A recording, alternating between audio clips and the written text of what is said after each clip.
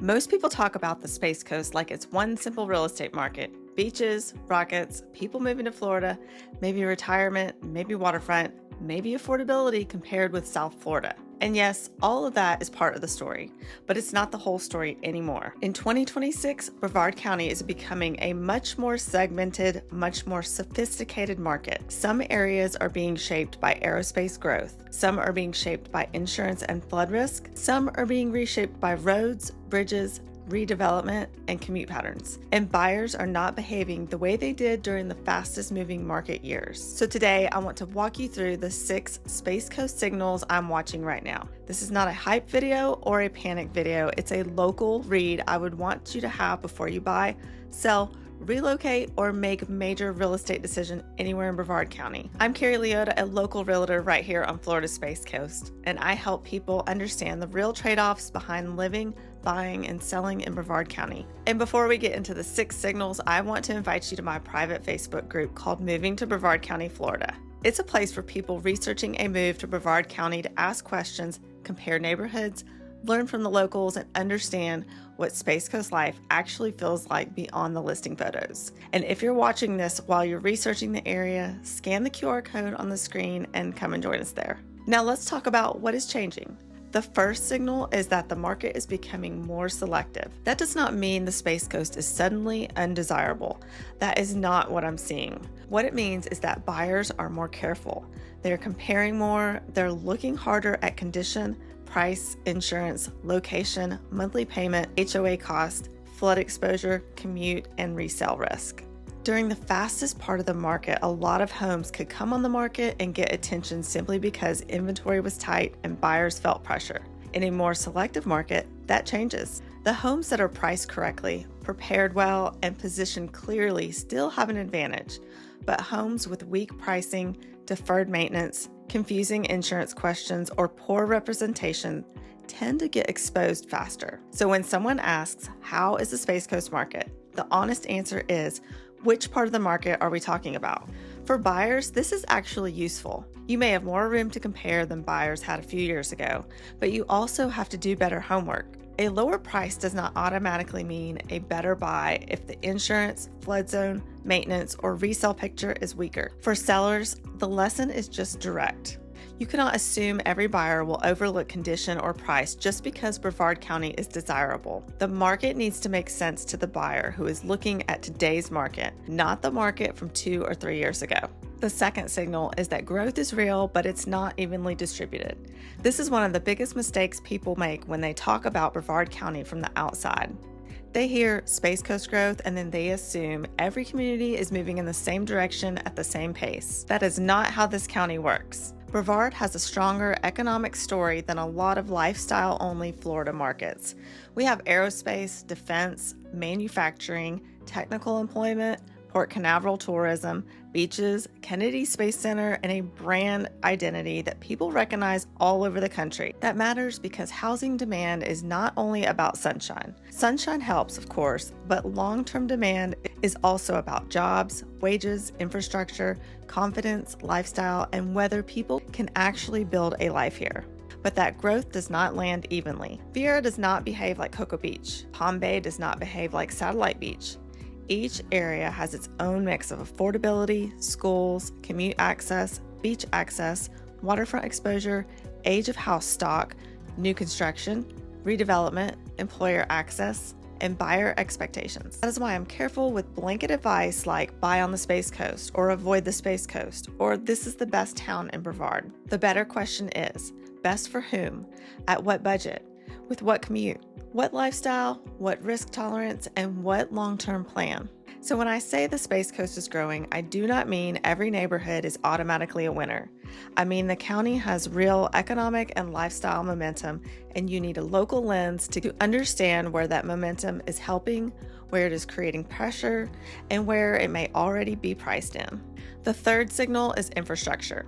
This is not the glamorous part of real estate, but it is one of the parts that can most directly affect daily life. Roads, bridges, corridor, trail systems, construction projects, and access points matter. If you're relocating here, you might look at a map and think two neighborhoods are almost identical because they're only a few miles apart. But if you live here, you know those few miles can feel completely different depending on the bridge, the school drop-off pattern, the corridor, the construction zone, the beach access point, or the route to work. FDOT and local project lists are not exactly bedtime reading. They are full of clues. Corridors like State Road 528, A1A, US 1, 520, Malabar Road, Ellis Road, O'Galley Boulevard, Babcock Street, Fisk Boulevard, and others all influence how people move around the county. That affects more than traffic. It affects where people want to live, how long a commute really feels, which areas become more convenient, which areas feel more disrupted during construction, and which locations may become more attractive over time. So if you're buying, do not just ask what the neighborhood looks like today. Ask what is changing around it. How do people get to work from there? How do they get to the beach? How do they get to the mainland? What roads are being improved, studied, widened, or disrupted? What does that mean for daily convenience and future resale? That is the kind of question that rarely shows up in listing remarks, but it can matter a lot after you move in. The fourth signal is waterfront risk and waterfront advice. The Space Coast has incredible waterfront living. Canal homes, riverfront homes, beachside properties, lagoon views, boat access, docks, sunrise, sunset, wildlife, and the whole lifestyle that comes with being between the Atlantic Ocean and the Indian River Lagoon. But waterfront property is also where generic advice can get buyers into trouble. The view is not the only part of the purchase. A smart waterfront buyer also needs to ask about flood zone, elevation, insurance, seawalls, docks, canal access, bridge clearance, river exposure, storm history, permitting, maintenance, construction type, and resale risk. Those details can change the total cost of ownership. They can change the buyer pool when you go to sell. They can change what you can improve, what you can insure, what you need to maintain, and how comfortable you feel owning the property during storm season. It means waterfront deserves better due diligence. There is a big difference between buying waterfront because it looks beautiful online and buying waterfront because you understand what you're taking on. For example, two homes can both be described as waterfront, but they may not carry the same risk or lifestyle value. One might have easier boating access, one may have a newer seawall, one may sit at a different elevation. One might have insurance considerations that change the monthly payment dramatically. One might have a dock situation that needs more investigation. One might be more exposed. One might be easier to resell because the lifestyle value is clearer. That is why I want buyers to slow down before they fall in love with the view. Enjoy the view? Absolutely. But then ask deeper questions. What flood information is available? Is there any elevation certificates? What does the insurance picture look like? What maintenance has been done? What would you need to be addressed in the next few years? What official resources should we check before making a decision? Waterfront living on the Space Coast can be amazing, but the smartest buyers are the ones who look beyond the water and understand the property as a whole. The fifth signal is Merritt Island. I think Merritt Island is one of the most interesting markets to watch because it's often described too simply. People will say it's between the mainland and the beaches, or it's convenient to the Space Center, or it's a place with waterfront neighborhoods. All of that can be true, but it is not enough. Merritt Island is also a redevelopment story. It has older commercial corridors, waterfront neighborhoods, strategic location, access to Kennedy Space Center, access to Port Canaveral, access to Cocoa Beach, and different pockets that do not all feel the same. The Merritt Island Redevelopment Agency focuses on public infrastructure, corridor improvement, beautification, grants, and long-term economic redevelopment that matters because it tells you Merritt Island is not just sitting still as a residential market. There's a bigger community and infrastructure conversation happening around it. For buyers, that means the microlocation matters. Which parts feel more established? Which parts may benefit from reinvestment? Where is the trade-off between price, waterfront, convenience, traffic, and long-term desirability? For sellers, it means a Merritt Island home should not be marketed generically. Depending on the property, the story might be boating access. It might be proximity to Kennedy Space Center.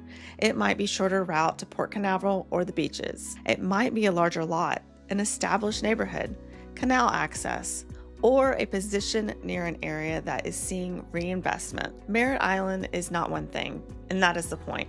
And in more selective market, telling the right story matters. The sixth signal is AI visibility and the future of local explanation. This one might sound less like a real estate topic at first, but I think it is going to matter more and more. Consumers are not only searching Google, clicking the first website, and calling the first agent they see anymore. They're using AI tools. They're searching YouTube. They are reading map results. They are looking in Facebook groups. They are asking very specific questions like, should I live in Viera or Merritt Island? Or is waterfront property in Brevard County risky?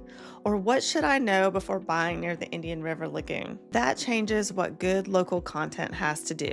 Generic content is getting weaker. A thin page that says best places to live on the Space Coast is not enough. It is easy to copy, easy to ignore, and not very helpful to a real person making a real decision. What is harder to replace is clear, specific, sourced local explanation. Content that connects the market behavior, infrastructure, flood risk, redevelopment, commute patterns, lifestyle trade-offs, and buyer psychology. That is the kind of local intelligence people actually need. And honestly, that's the standard I want to hold myself to. I do not want to just tell you that Brevard County is beautiful or that the Space Coast is growing. You can find that anywhere. I want to help you understand what those changes mean for your actual decision. So let me bring this back to buyers and sellers. If you're buying on the Space Coast in 2026, do not shop Brevard County like every town is interchangeable. Before you choose a home, ask how the community is changing, whether the price matches the property's real risk profile, what insurance and maintenance questions need to be answered, how commute routes affect daily life, and what future buyers may care about if you sell later. Those are better questions than, is this a good deal? Because a good deal is not just a lower price. A good deal is a home that still makes sense after the deeper questions have been answered. And if you're selling, the message is just as important. The Space Coast still has a demand, but demand is more intelligent than it was during the fastest market years. Sellers need to understand which buyers are most likely to value their location, what objections buyers may raise, how condition and insurance questions affect confidence, and how their property competes against newer, cheaper, or better prepared homes. In a selective market, the best positioned home wins. So here's the bottom line. The Space Coast is not getting simpler. And that is exactly why better local intelligence matters. Brevard County is still one of Florida's most interesting real estate markets, but the real story is not captured by one headline about prices, migration, or sales activity. The real story is the intersection of aerospace growth, infrastructure pressure, waterfront risk, redevelopment, lifestyle demand, and smarter buyer behavior. That is the market I am watching, and that is the market I want you to understand before you make a major decision. If you're researching a move to Brevard County, make sure to join my private Facebook group called Moving to Brevard County, Florida. Scan the QR code on the screen and come and join us. Ask your questions in there. It's a great place to compare neighborhoods, hear local perspective, and understand what daily life on the Space Coast is really like. And if there's a specific community you want me to break down next, Merritt Island, Viera, Cocoa Beach, Melbourne, Palm Bay, Titusville, Satellite Beach, or anywhere else on the Space Coast, leave that in the comments, and I will see you in the next video.